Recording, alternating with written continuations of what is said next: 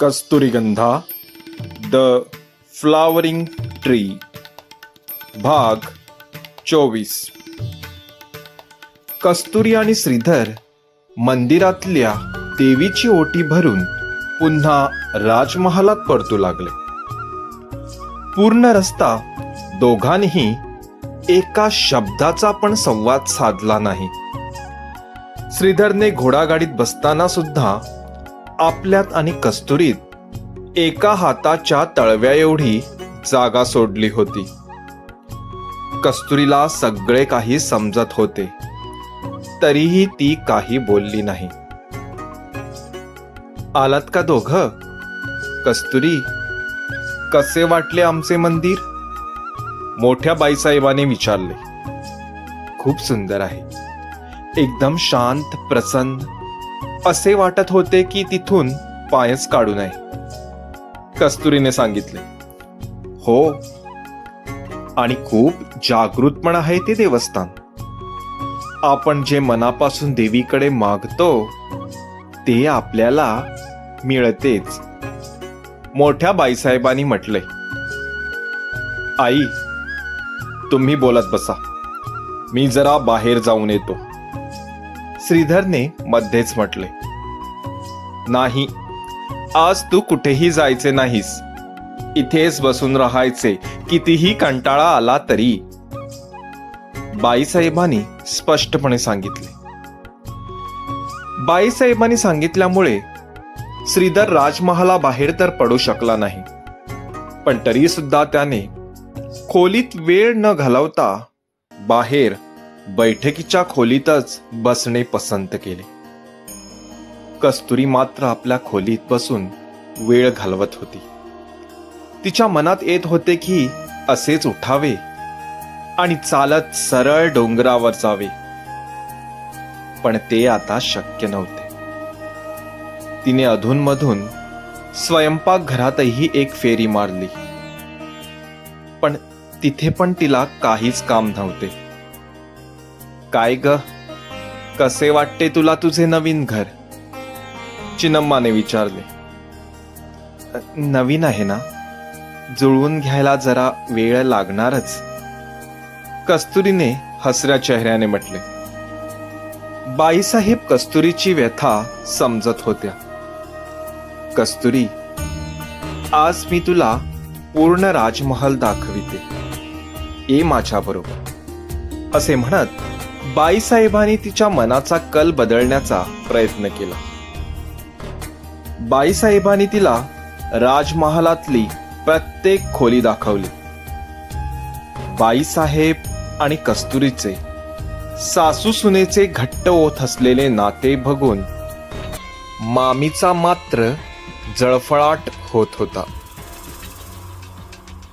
मी किती विचार केला होता की माझी मुलगी या राजमहालावर राज्य करेल, पण या बाईसाहेबांनी आणि तिच्या मुलाने सगळा खेळ विस्कटून लावला. काय काय डाव खेळले होते, पण सगळेच फासे उलटे पडले.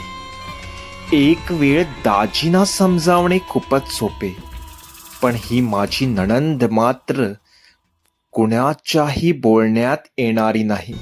या सासू सुनेच्या नात्यात सुरुंग लावणे गरजेचे आहे, पण ते सध्या तरी शक्य आहे असे वाटत नाही. मामी दात ओठ खात विचार करत होत्या. रात्रीचे जेवण झाल्यानंतर राजमहालातले सर्वजण बाहेरच्या बैठकीच्या खोलीत बसले होते. इकडच्या तिकडच्या गप्पा गोष्टी जोरात चालल्या होत्या. कस्तुरी पण तिथेच होती. ती काही वेळ तिथे थांबली आणि आपल्या खोलीत गेली, पण श्रीधर मात्र बाहेरच बसून होता.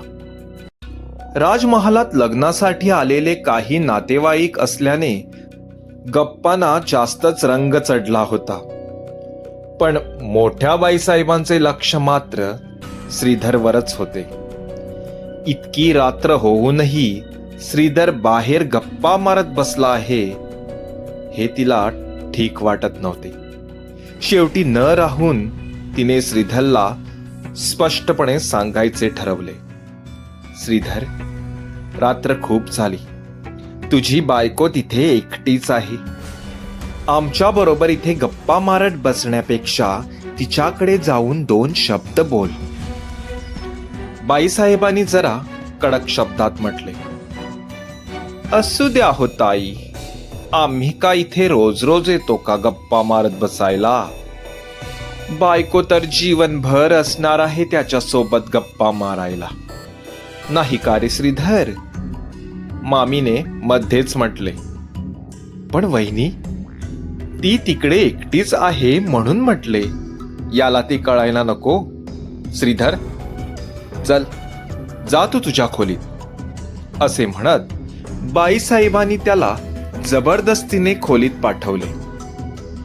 इथे बैठकीच्या खोलीत बसलेले मात्र गालातच हसत होते. ताई, मला अजूनही प्रश्न पडत आहे. श्रीधर खरेच आपल्या मर्जीने लग्न झालं आहे की तुम्ही त्याला जबरदस्तीने लग्न करायला भाग पाडले आहे? मामीने आपल्या तोंडात विड्याचे पान टाकत विचारले. असं का विचारता तुम्ही वहिनी? मोठ्या बाईसाहेबांनी म्हटले. नाही म्हणजे श्रीधरला पाहून तरी तसे वाटत नाही की त्याने लग्न त्याच्या खुशीने केले आहे. लग्न झाल्यापासून आजपर्यंत कुठेच असे दिसले नाही की श्रीधर त्या मुलीच्या प्रेमात होता. एकमेकांशी धड बोलत पण नाहीत. आता सुद्धा बघा ना, त्याला खोलीत जा म्हणून तुम्ही सांगावे लागत आहे. हे जरा विचित्र वाटत नाही का तुम्हाला? मामी पान चावत म्हणाल्या. मामी, तुम्ही पण ना. कदाचित आपल्या समोर बोलायला लाजत असणार श्रीधर दादा. खोलीत नक्कीच गप्पा गोष्टी करत असणार, चिन्नम्माने म्हटले. चिन्नम्माच्या अशा बोलण्यावर मामीने काहीच प्रतिक्रिया दिली नाही. ती गप्पच बसली. रोजच्या प्रमाणे श्रीधर आपल्या खोलीत आला आणि आपल्या नेहमीच्या खुर्चीवर बसला. कस्तुरी पलंगावर बसून आपल्या हातावरची मेहंदी बघत होती. कस्तुरीने श्रीधरकडे पाहिले. तो काहीच बोलला नाही. हे बघून तिने शांतता भंग केली. अहो, तुमच्या मनात नक्की चालले तरी काय? कस्तुरीने प्रश्न केला. म्हणजे? श्रीधरने विचारले. तुम्ही माझ्याशी असे का वागत आहात? आज आपली 3री रात्र आहे, पण अजूनही तुम्ही माझ्याशी एक शब्द पण बोलला नाहीत. का? का माझ्याशी असे वागतात? कस्तुरीने प्रश्नाचा भडीमार सुरू केला. या काचे उत्तर तुझ्या मनालाच विचार. श्रीधरने उत्तर दिले. मी समजले नाही. कस्तुरी संभ्रमात पडली. कारण तुझे माझ्यावर प्रेमच नाही, श्रीधरने स्पष्टपणे सांगितले. अहो, असे का बोलत आहात तुम्ही? कस्तुरीने आश्चर्याने विचारले. असे नाही तर काय बोलू? श्रीधर तिच्याकडे न बघता म्हणाला. तुम्हाला नक्की काय म्हणायचे आहे? जे काही मनी आहे ते स्पष्ट बोला ना. कस्तुरीने म्हटले. तुझे जर माझ्यावर प्रेम असते तर तू मला कस्तुरी गंधाच्या फुलाचे झाड दाखवले असते, पण तू तर तसे कधीच केले नाही. मला ते झाड कधीच दाखवले नाही. श्रीधरने म्हटले. अहो, ते झाड दूर जंगलात आहे. तिथे जाणे जरा कठीणच आहे. कस्तुरी म्हणाली. खोटे, साफ साफ खोटे बोलत आहेस तू. जंगलात तसे एक पण झाड नाही. मी तुमचा पाठलाग केला होता. तिथे फुले तर असतात, पण ते झाड दिसत नाही. त्या झाडाचे नक्की काय रहस्य आहे? श्रीधरने विचारले. अहो, कसले काय रहस्य? काही रहस्य बियस्य नाही, कस्तुरीने जरा गडबडत म्हटले. बघा, तुम्ही माझ्या धर्मपत्नी आहात. अग्नी ब्राह्मणाच्या साक्षीने आम्ही दोघांनीही जीवनात एक साथ पुढे जाण्याची शपथ घेतली आहे. जे तुझे ते माझे, जे माझे ते सर्व काही तुझे, असे असूनही अजूनही तुम्ही मला त्या झाडाबद्दल सांगू इच्छित नाहीत, श्रीधरने म्हटले. अहो, पण कस्तुरीला काय बोलावे तेच समजत नव्हते.